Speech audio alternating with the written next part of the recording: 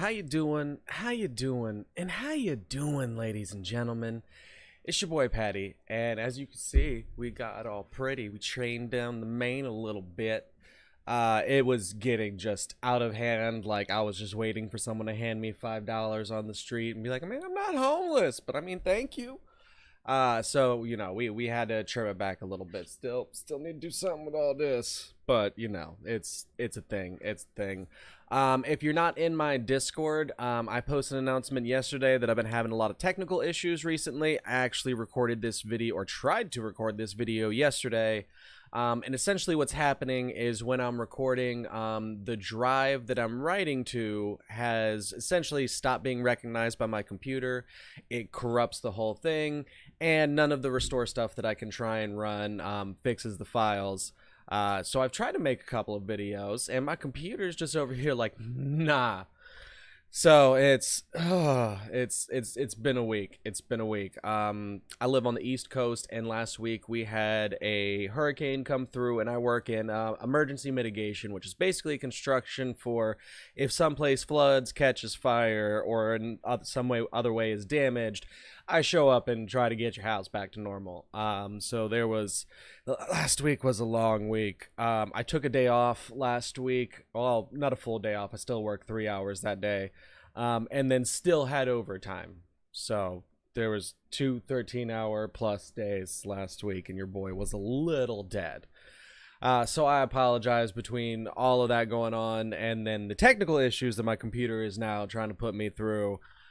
We've just had a little bit of difficulty getting some stuff out, but we finally here, and we trying this one more again. And I'm mad, man. Last recording, I had some good jokes in there that I just can't tell a joke twice. Like, it just doesn't. I could never be a stand-up comedian. I can't just walk up and like, oh, here's my material from yesterday. It just doesn't go well. So we're just gonna leave all of those jokes in their early grave, and what we're here to talk about today is essentially really great places to farm that I feel like the game doesn't particularly go into great detail to explain to you, like, hey, this is why doing this is worth it. You kind of just unlock it at some point in questing, and then if you're not really paying attention, then it's super easy to miss. So the one that I actually want to start off with is going to be the one that I missed up until last week completely. So we're looking at the Lunatra? Lunatra. That sounds like something in a sleep commercial. Do you need Lunatra? Probably. So this is a great little place to go. So there is no time limit on any of this. Some of the other stuff either has a time limit or a resource limit. This is something that's open all the time. You can go do this whenever you want. The one thing that I will mention is that things in here hit a little bit harder and take a little bit longer to kill. So it's pretty potion heavy. Like you need, if you're gonna go in here and farm for a while, make sure you're stocking up on your health and mana potions. You absolutely need those. Some food buffs probably wouldn't be a bad idea. All right, so you might ask yourself, Patty, why is this one so great? What's worth getting in here? So this kind of works like any of the other, like normal maps. You can go in. You can actually send your companions into some of these zones. Actually, let me go ahead and do that so that I can be nice and lazy. Oop, and we got that. And we gonna send somebody else. All right. So these zones have pretty good drop rates. If you click on the monsters themselves that you see within the zone list, you can see their full loot tables, and they ain't bad. You can get everything from blue gear in here to blue or rare enhancement scrolls to soul stones. It's pretty nice. It's pretty nice stuff to be able to farm without any kind of limit on it whatsoever. I will say that some of these guys are pretty tough. Pretty tough. To kill one of these blue guys, I not only had to make sure that I was completely topped on health before starting the fight, because I did die the first time I tried to fight one, have all my food buffs, and then also pop into demon form and then just religiously spam on that HP potion button to make sure that I just was using it every second I could to stay alive. And I eventually beat one. One of the things that I really, really like about this zone is we can see the gatherable info down here. This is a great place to kind of just let yourself go and auto gather, especially if at this point you haven't touched the professions a whole lot, because going around and farming, you know, these trees will get your level up really, really, really fast. So whenever I get around to the point of trying to do like a new player guide for this game that kind of covers all the things that I think are important for people to touch on, this is definitely going to be a recommendation of mine. Do not worry about leveling up some of your gathering professions until you're in your 50s and you can come in here and AFK farm that stuff. Because just the amount that you level up is really, really good. Let's take a quick look and see where I'm at. Nothing super amazing, but we can see I'm artisan level 4. That's pretty solid. I just want to say it goes from novice. I feel like there's something between junior and novice, but I'm not 100% sure on that. But this is, I don't think it shows us all the levels we've passed already in here. Yeah, no. But it's a really, really, really great way to level up your gathering professions pretty quickly. So I definitely recommend that's something that you take a look at. Alright, so another good thing about this zone that, hold on, I think I have to go back to this screen to be able to show you. So you can get dark orbs in here, and they drop pretty... It's not like you'll be in here farming for hours and hours and only see one. You should come out of here with a handful if you spend anywhere between 30 minutes to an hour in here. And what are the dark orbs for? You might see them and be like, oh wait, isn't that what we use for max detections? Or sorry, detections when we're looking at the Demen Conquest? Nah, it's another thing, boo. I thought the same thing too initially. So what those dark orbs are actually for is if you go to the exchange shop and then Penguin Roulette, bam. That's what these little guys are for. And they're good. I wouldn't worry too much about trying to put a lot of effort into being able to farm these so that you can just endlessly spin this. Because at the end of the day, for at least where I am in the game right now, the best thing that I can get out of here is blue gear. It might look super fancy. It's glowing a little bit. It's got this crazy rim going around it. This entire piece that it's on is all glowing. You might be like, wow, is that like a legendary piece of gear or something? No, it's literally just blue gear. So it's nice, but it's not it's not end all be all. I wouldn't lose any sleep whatsoever, you know, if you weren't able to pull this a whole bunch of times. Oh my god, it landed on food. That just saved me, I think, 50 gold from the vendor. That's good stuff right there. As you can see, when you essentially don't hit any of the really good tokens, your luck percentage goes up each time, and that just means you have a higher chance of more blues and stuff like that being in the circle itself. Doesn't necessarily mean you have a higher chance of landing on any of them. It's just more of these slots are going to be opened up. Yeah, we don't have enough to fill it up again. But, you know, theoretically, we should see 3 to 4 blues show up on this list since we're around 90% luck.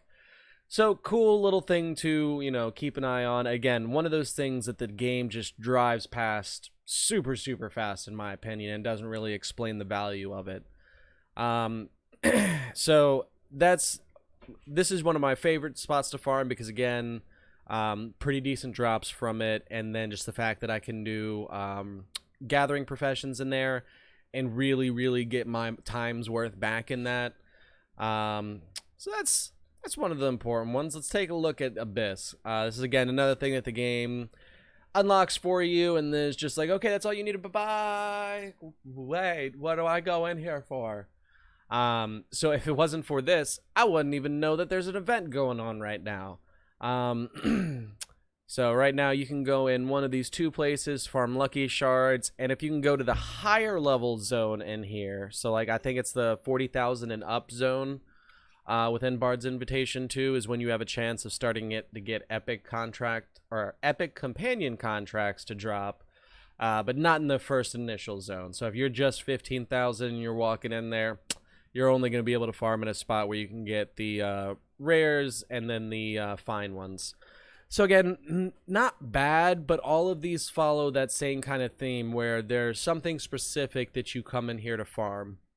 And unlike the first place we looked at, this has a specific time limit that you can only do X amount of this per day. It's typically between 1 to 2 hours, so we can see that, you know, these ones, both of the Knight's Regrets have a 2-hour playtime remaining on them. Girl's Nightmare only has an hour, and then both of these only has an hour.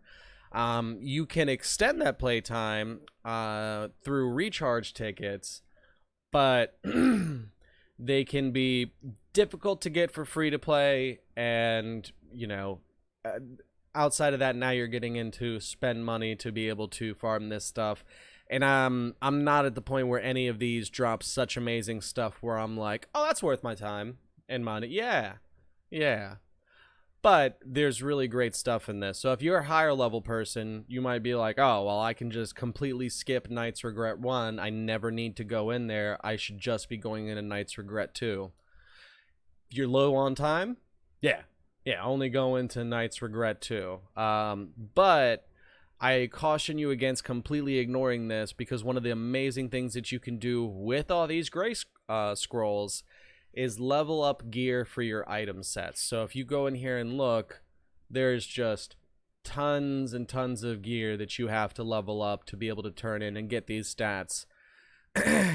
So this is a great place to go and farm those so that you're able to upgrade that gear, because you don't want to use your, you know, blue upgrade scrolls on white gear. That would be psychotic. I highly recommend new players don't even spend a lot of these that the game gives you while you're leveling up, because you start to replace gear pretty quickly between like level 30 and 50.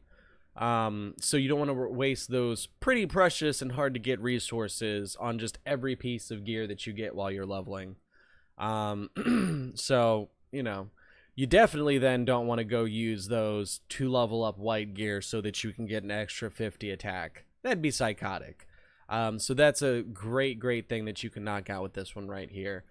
And it's nice. I have one of the things that I don't know if it'll let me show this. Hold on. Realm, Phantom Abyss. I don't know if there's going to be any of the people I'm looking for.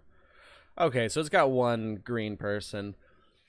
If you're in, say, like, you know, in Girl's Nightmare and everything like that, there's 1 or 2 rare level monsters. If you want to hunt them, you just click on the zone, click on them, and then you can auto move if you're in that zone, and you'll go to the location where they spawn, and then you can just leave yourself there fighting, and you have a better chance, even if you're not actively playing, of finding and beating those units and getting some more drops out of it. But I really like that they give you the ability to move to these spawn locations. I think that's super nice, especially with the limited amount of time that you're able to spend in these dungeons. So nice little thing. I enjoy it a whole lot. All right, let's go ahead and take a look at the demons. So this is a system that's relatively straightforward. You get, I can't even think of what they're called right now, but the knot orb that we do not use in the Penguin exchange. Blah, blah, blah, blah, blah. So we've got 8 right now. I won't be able to unlock this one until 57, so I'm pretty okay with just blowing the rest of our mass detections. And we could see what they went into. These, unlike the other two things, are not zones where you go to farm. It's almost like quick little quests. So I don't think I can do. Yeah, no, we're a ways off from that.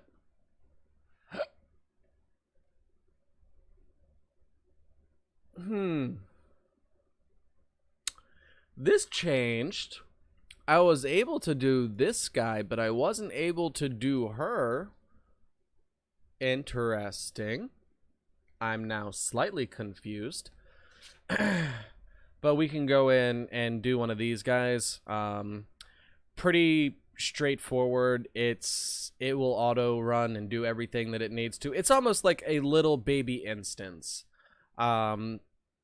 And these are, good for farming gear and everything. It's definitely the most limited out of the three that we've talked about today on how much you're able to do them because you're tied to that resource so heavily. But if we look at the rewards on all of them, you should quickly notice a pattern in that it's accessories that you have a chance to be able to farm and get out of here, as well as the, what was it, the black octopus coin? Yeah. Which you can get some pretty decent stuff with. So these are good for XP, potentially a little bit of gear, but it's unlikely that you're gonna get super crazy, insane lucky in here. It's the quickest out of those three in terms of time it takes to do it and the potential rewards. But again, I don't know what the drop rates are. I don't think they tell us anywhere specifically. But we're just gonna make a guess that it's pretty hard to get some of the really good stuff out of here. Oh, and there's the boss. So you can see how quickly you're able to complete these, and the fact that you can have multiple things saved up for the same one. So we've got like 12 regular runs. We can just check repeat and then let it do its thing. And now it's a little bit more on par with our other stuff in terms of the time spent. But unlike, all of the timers for Abyss reset every day. So if you, are playing 12 hours a day and you can go in and hit every one of these, they'll be available again the next day. That's not the case. That's not how demons work. So it's a much... it's a little bit more difficult to farm en masse, essentially. You're just going to be limited by the number of detections that you have. But again, it's the fastest out of all these three farming places, so you kind of have to accept that trade-off a little bit there.